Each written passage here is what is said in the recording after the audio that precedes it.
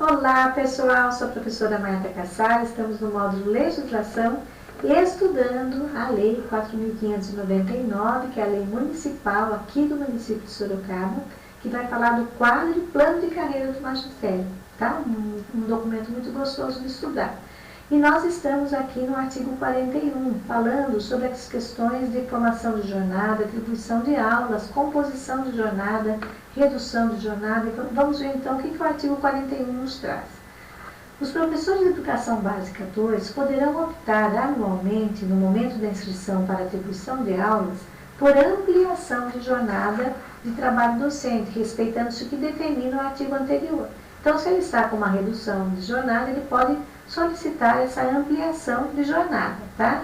Mas vejam bem, assumida a nova jornada de trabalho, o docente só poderá reduzi-la no decurso do ano letivo mediante a anuência do secretário de Educação em requerimento formulado pelo interessado. Então, o que vai acontecer?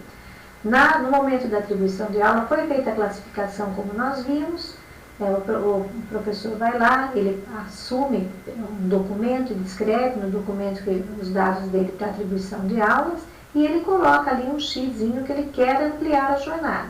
Mas chega lá no mês de outubro, mês de setembro, mês de julho, não sei que mês, ele decide que ele não quer mais aquela ampliação, ele quer reduzir essa jornada, ele não está dando conta para ele lidar com as coisas da casa. E aí ele quer reduzir, só que aí para essa redução de jornada durante o ano letivo, ele vai ter que solicitar por documento, por um ofício mesmo encaminhado para o secretário municipal de Educação. Ele vai entregar esse documento à diretora dele, ou o diretor, que vai fazer esse encaminhamento então para o secretário. Uma vez concordando, tendo a anuência do secretário ou secretária, aí ele vai poder fazer essa redução de jornada. Por que isso? Porque isso vai incorrer um trabalho maior da Secretaria Municipal de Educação, da escola, em atribuir essas aulas para outra pessoa, de trocar esse professor que está dando aula para aquele grupo de estudantes no decorrer do ano letivo, que também impacta negativamente para esse aluno que está aprendendo com esse professor. Então, existe esse determinante de parágrafo único para que ele pense bem antes de ampliar a jornada, né, penso eu. O artigo 2º vai nos trazer, o artigo 42 vai nos trazer que as classes e aulas excedentes apuradas após o processo de atribuição serão colocadas à disposição da Secretaria de Educação, a qual definirá as normas para substituição conforme as prioridades abaixo. Então, na escola, atribuiu-se todas as salas, os anos iniciais de educação infantil, atribuir-se os anos de educação infantil, as etapas da educação infantil, também atribuiu todos os anos do ensino fundamental e sobraram aulas para o PEB 1. Sobrou classe para atribuir, sobrou classe de educação física para atribuir também. Então, essas aulas todas vão ser encaminhadas documentalmente para a Secretaria Municipal de Educação. E a Secretaria Municipal de Educação vai fazer, então, a atribuição de acordo com o que nós vamos fazer a leitura aqui. Lembrem que não é do nada, porque cada escola mandou a sua classificação dos professores da sua casa, da sua escola, para a Secretaria Municipal de Educação. E ela já elaborou uma classificação geral, por PEB 1, por PEB 2, por componente curricular. Então, daí tem essas regrinhas, essas prioridades que nós vamos ver agora, tá? Então, as normas serão por docentes titulares de cargo de classe. Então, quem é docente? Primeiro, ele vem lá para escolher compor a sua jornada. Por docentes titulares de cargo, excepcionalmente com carga suplementar de no máximo até 32 horas semanais, resguardando-se a proporção entre hora-aula HTP, não ultrapassando um total de 44, guardem bem, horas semanais na somatória da jornada do seu cargo e da carga suplementar. Então, pode ter 45 horas aulas semanais, incluindo a ampliação de jornada e a carga suplementar? Não, tem que ser no máximo até 44, ok? Para esses docentes titulares de cargo. Por candidatos aprovados em concursos públicos, o inciso 3º, conforme disposto na Constituição Federal, por contrato de trabalho temporário. Ou seja, nesse inciso 3º, Então, aqueles que fizeram a prova seletiva, nesse concurso de prova seletiva, que é um trabalho temporário, poderão, então, assumir essas aulas que estão lá à disposição da Secretaria Municipal. Por candidatos aprovados em processos seletivos, por contrato de trabalho. Então, o primeiro é por concursados e o segundo é por processo seletivo. Portanto, a regrinha vai ser essa: para titulares que queiram ampliar a sua jornada, depois para os aprovados em concurso, para compor aí um período de trabalho temporário, foi aprovado em concurso, está na lista de espera, então ele vai lá para um trabalho temporário. Vamos esclarecer isso a vocês. Ele não é efetivo da rede ainda. Ele está na lista de classificação, mas ele não foi chamado para se efetivar. Então, ele vai ser chamado para substituição, para ficar aquele período todo, aquele ano talvez, dando aulas, tá? Mas ele ainda não é efetivo. E também por processo seletivo. Quem passou no processo seletivo não tem concurso em vigor, não tem lista de classificação de concurso em vigor. Então, se chama aqueles que estão nos processos seletivos, que foram chamados aí, com certeza, através de chamamento pelo Jornal do Município. Ficou claro? Artigo 43. As sessões de atribuição de classes e aulas serão publicadas, lavrando-se atas circunstanciadas, remetendo-se cópias às Secretarias Municipal de Educação. Como é que são essas atas circunstanciadas? As atas têm que contar o passo a passo, as circunstâncias que ocorreram cada fase da atribuição. Naquele dia, como é que foram as atribuições? Normalmente, isso tudo dá muito certo e não tem problema, né? No capítulo 9, nós vamos ver as disposições finais e transitórias dessa Lei 4.599. O artigo 44 vai nos dizer que, para integrantes do quadro do magistério, o valor pecuniário de cada referência em relação ao da anterior será de 5%, para os integrantes do quadro do magistério. Parágrafo único. Os vencimentos do quadro do magistério são os constantes num dos anexos que existe aqui na lei.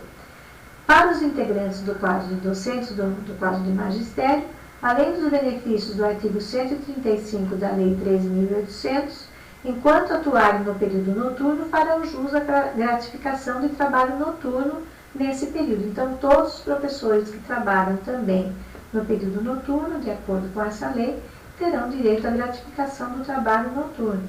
Tá? Parágrafo 1º. Para efeitos desta lei, considerar-se-á trabalho noturno aquele que for realizado no período das 19 horas até as 22 horas, ou seja, entre 19 e 22 é considerado trabalho noturno. A gratificação por trabalho noturno corresponderá a 25% do valor percebido em decorrência das horas-aulas ministradas no período noturno. Qual é o acréscimo, então? 25% em decorrência das horas-aulas ministradas. Parágrafo 3º. O funcionário ou o servidor do quadro do magistério não perderão o direito à gratificação pelo trabalho noturno por afastamentos que a legislação considere como efetivo exercício para todos os efeitos legais. Então, quaisquer afastamentos, por exemplo, por chamamento, por reunião, etc., eles não perderão a gratificação.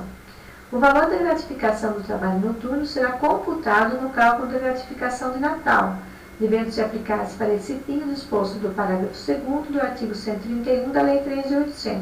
Portanto, não se perde também a gratificação no abono de Natal. Parágrafo 5º. A gratificação pelo trabalho noturno não será incorporada aos vencimentos ou salários para nenhum efeito. Então, esse valor da gratificação não entra para nenhum efeito de aposentadoria, por exemplo. Ah, mas eu trabalhei a vida inteira à noite. Mas esse valor de gratificação, o nome já diz, gratificação não está incorporado ao salário, de acordo com essa documentação. Artigo 47. Os profissionais do magistério poderão ser afastados do exercício do cargo, respeitando o interesse da Secretaria de Educação para, vamos ver de que forma poderão ser afastados. Exercer cargo em comissão ou função de confiança em órgãos da administração pública municipal.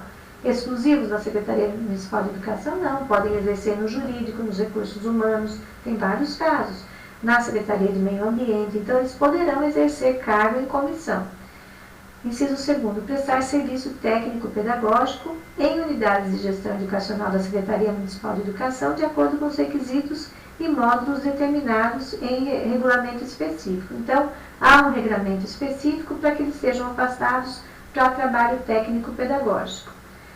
Inciso 3º, exercer atividades na administração direta, autárquica ou fundacional por prazo certo e determinado. Portanto, poderão também exercer no SAAI, em outros ambientes que não sejam da prefeitura, poderá ser da administração direta ou poderá ser, inclusive, no Parque Tecnológico, como nós temos em Sorocaba, ou no Serviço Autônomo de Água e Esgoto, ou então na URBS, que são essas autarquias, ou mesmo na Fundação de Seguridade do Servidor Público Municipal, que é a fundação que trata, então, de todo o nosso trabalho aí, até que de toda a nossa aposentadoria e saúde, tá? Então, nessas 4 formas, ele poderá ser afastado para exercer atividades. Parágrafo 2º, excepcionalmente, poderá a Secretaria de Educação designar integrantes do quadro do magistério para a prestação de serviços técnico-administrativos ou na própria secretaria. Então, poderão ser levados da escola para a Secretaria Municipal de Educação, saírem, então, do exercício do seu cargo para prestar serviço técnico-pedagógico, técnico-administrativo também, tá? Então, nesse caso, vocês sabem, se for nesses primeiros 3 anos que vocês estão em estágio probatório, que vocês terão um estágio interrompido. 48, o artigo, os integrantes do quadro do magistério terão garantidos todos os direitos já adquiridos relacionados a vencimentos e vantagens, com adequação de novas jornadas de trabalho segundo a tabela de vencimentos. Parágrafo 1º, os atuais titulares de cargo de diretor de escola de educação infantil, é porque quando saiu essa legislação, existiam cargos de educação infantil com salários diferenciados. Então, vamos ver o que nós vamos ter aqui nesse parágrafo 1º. Os atuais titulares de cargo de diretor de escola de educação infantil efetivos nessa condição há mais de 10 anos a contar da publicação dessa lei e não contemplados pelo artigo 3º no parágrafo 2º da Lei 6.147/2000, farão jus à parcela destacada correspondente a 38% do salário inicial do diretor de escola. Então, mudou o nome do cargo e eles tiveram naquele ano 38% de aumento relacionado aos seus vencimentos. A parcela destacada prevista no parágrafo anterior integrará a base de contribuições para fins previdenciários, ou seja, essa parcela também teve, então, esse fim previdenciário, que é o desconto, né, sendo incorporada para tal, na proporção de 1/6, uns 60 avos ao mês, ao limite de 100%. E aos diretores titulares de cargos de escola de educação infantil contemplados nesse disposto, cujo valor de incorporação for inferior ao parágrafo 1º, será assegurada a percepção da diferença da parcela referida. Então, se ele era diretor de um jeito, diretor de escola ou diretor de educação infantil, tiveram as parcelas acrescentadas, né? E os benefícios dos parágrafos anteriores ficam estendidos aos diretores de escola de educação infantil já aposentados. Então, aqui é uma questão aqui que tenho certeza que não cairá em concurso, vejo eu. Foi só uma adequação aqui ao plano de carreira àqueles diretores e um alinhamento também de salários, né? Isso foi daquela época. Artigo 49, ficará extinta a gratificação de função prevista no artigo 3º para os atuais cargos de diretor de educação infantil, que eles tinham uma gratificação, e a remoção dos integrantes do quadro do magistério processar-se-á por concurso de título na forma regulamentada pela Secretaria de Educação. Aqui o artigo 50 é importante. Essa remoção sempre se dará por concurso de títulos. Então, as pessoas serão classificadas pela sua titulação, e aí quem tiver mais titulação, mais tempo de serviço, vai escolher primeiro na remoção. Parágrafo 1º, o concurso de remoção sempre deverá preceder o de ingresso, que é o que vai acontecer com vocês agora, sendo a esse oferecidas suas vagas remanescentes. Ou seja, esgotou as possibilidades de todos os diretores, professores que estão na rede de orientadores pedagógicos, todos que estão já na rede, que já fizeram concurso antes de vocês, já se acomodaram com remoção? Já. Então, tudo que tem agora, a gente fala sobrou, mas não é no mau sentido, né? Tudo que tem na rede agora para ser atribuído, vai ser atribuído para os concursados, aqueles que entraram agora e foram melhor classificados no concurso. No primeiro processo de remoção do PEB 1, após os enquadramentos nesta lei, os docentes terão preferência de escolha. Isso foi no passado. Os PEB 1 volantes, sem fixação inicial, ficam obrigados a escolher vagas remanescentes no processo de remoção. Parágrafo 5º, os profissionais de suporte pedagógico observarão regras próprias para a remoção a serem determinadas pela Secretaria Municipal de Educação. Artigo 51. Os critérios para fins de desconto de retribuição pecuniária pelo não comparecimento do docente à hora-aula ou HTPC serão estabelecidos em regulamento, ou seja, aquele que não cumpriu o HTPC na escola. Como é que faz? O HTP. Aí tem um regulamento próprio que não consta aqui. Artigo 52. O calendário escolar, anualmente instituído pela Secretaria Municipal de Educação, determinará para os profissionais do magistério em atividade de docência os períodos de férias anuais de 30 dias e recesso escolar de 15 dias. Parágrafo único. Os integrantes da classe de suporte pedagógico e docentes afastados, readaptados ou com restrição médica gozarão de férias regulamentares de acordo com as normas que serão estabelecidas pela Secretaria da Educação, respeitada a legislação vigente. Artigo 53. Os atuais integrantes de cargos do magistério ficarão enquadrados da seguinte forma em razão da extensão dos seus cargos. Aí houve uma modificação na nomenclatura. Então, quem era professor de educação infantil 1 e 2 passou a ser professor de educação básica 1. Quem era professor 1 passou a ser professor de educação básica 1, PEB 1. Quem era PEB 2, professor 3, né? Quem era professor 3, eu fui professor 3. Quem era professor 3 passou a ser professor de educação básica 2, PEB 2. E quem era diretor de escola de educação infantil passou a ser diretor de escola. Todos os diretores da educação básica se chamam diretor de escola. Parágrafo 1º. Ficam também extintos o cargo de professor 2, professor de educação especial, orientador educacional e a função gratificada de supervisor de ensino que constavam nos anexos desta legislação, a partir do momento que essa legislação foi instituída lá em 94. O enquadramento respeitará os níveis de referência já adquiridos, quer dizer, ninguém perdeu nada, só mudou de nome e foram enquadrados. Aos PEB 1 e 2 serão mantidas as tabelas correspondentes aos níveis 1 e 2, que passarão a denominar-se habilitação específica para o segundo grau do magistério, nível A. Habilitação específica de grau superior correspondente à licenciatura do primeiro grau, nível B. Parágrafo 4º. Os titulares de cargos docentes enquadrados nos níveis A e B terão direito à mudança de nível se apresentarem titulação correspondente e respeitadas as regras estabelecidas nessa lei. Parágrafo 5º. Os servidores titulares de cargo enquadrados em cargos cujo vencimento seja inferior ao cargo extinto terão asseguradas as diferenças em parcela destacada corrigida, de modo a garantir a sua irredutibilidade salarial, ok? Ou seja, ninguém perdeu, houve até mesmo um alinhamento de salário. Parágrafo 6º. Ficarão extintos de vacância os cargos de assistente de direção, coordenador pedagógico, diretor de escola de primeiro e segundo grau, vigorando apenas para estes a tabela constante no anexo 2 dessa lei. Portanto, esses nomes, essas nomenclaturas desses cargos antigos deixaram de existir. A Secretaria de Educação deverá elaborar programa de apoio às classes com inclusão.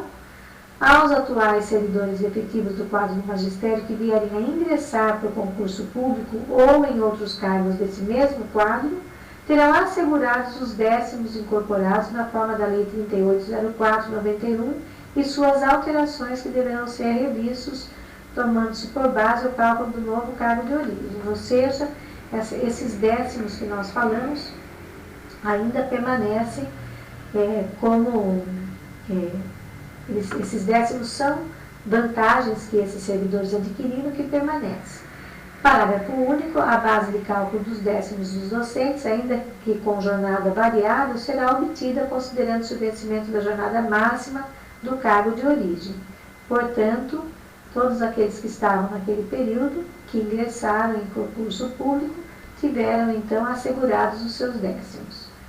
Artigo 55. As substituições dos cargos de suporte pedagógico, observados os requisitos legais, ocorrerão durante o impedimento legal e temporário na forma a ser regulamentada pela Secretaria da Educação. Isso é interessante. Para fins de pagamento de substituição, será considerado o nível de referência inicial do cargo a ser substituído.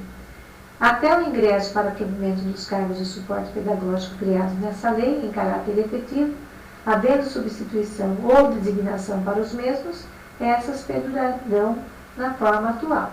O artigo 56 foi revogado, o 57, 58, 59 e 60 também foi revogado, e o artigo 61 vai falar da tabela do anexo que se refere às horas-aulas e que as despesas dessa lei ocorrerão por orçamento e suplementação se necessário. E essa lei, então, entrou em vigor a partir de 1994, ok? Com isso, nós encerramos o nosso estudo dessa lei que fala do quadro e carreira do plano de carreira do magistério de Sorocaba, que é a nossa cidade, ok? Vamos então para o simulado? Se precisar, assistam às aulas novamente, revejam, vejam, deem uma olhadinha nesse arquivo que eu sempre deixo a vocês aí no ambiente virtual. E vamos em frente. Boa sorte!